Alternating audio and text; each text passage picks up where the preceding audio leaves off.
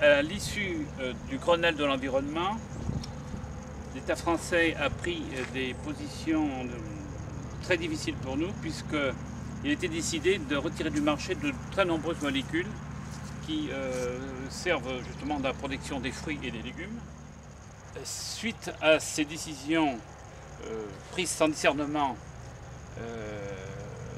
nous avons décidé de créer un collectif pour la sauvegarde des fruits et légumes qui a pour mission d'alerter les pouvoirs publics, les parlementaires, sur cette situation sans issue. La gravité de la situation fait qu'aujourd'hui, on peut affirmer qu'il y aura une très forte réduction de la production des fruits et légumes, tant en qualité qu'en quantité. Nous demandons donc aujourd'hui au pouvoir public et aux décideurs un moratoire et des dérogations pour continuer à protéger nos récoltes en attendant, dans l'attente de méthodes alternatives que nous sommes en train de mettre au point avec le concours des centres de recherche, mais il nous faut du temps. Sur les produits phytosanitaires, il a été dit à peu près n'importe quoi.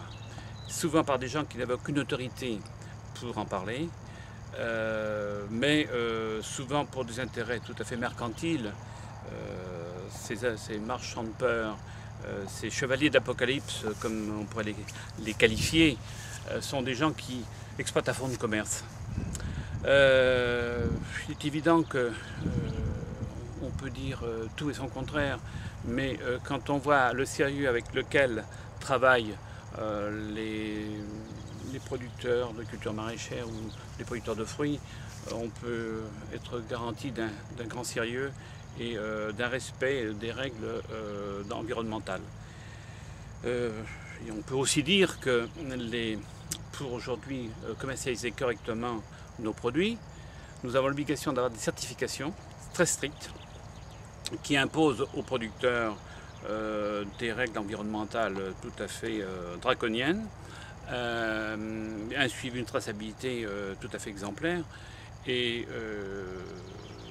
on peut dire que si tout cela est fait, c'est pas sans intérêt, et aujourd'hui ça peut tranquilliser absolument le consommateur. Il faut savoir que des fruits mal protégés peuvent être la source de certaines contaminations par des mycotoxines. Des mycotoxines qui ne sont pas très sympathiques sur le plan santé. Donc les consommer des fruits du jardin qui n'ont aucune protection, c'est pas toujours très sympathique.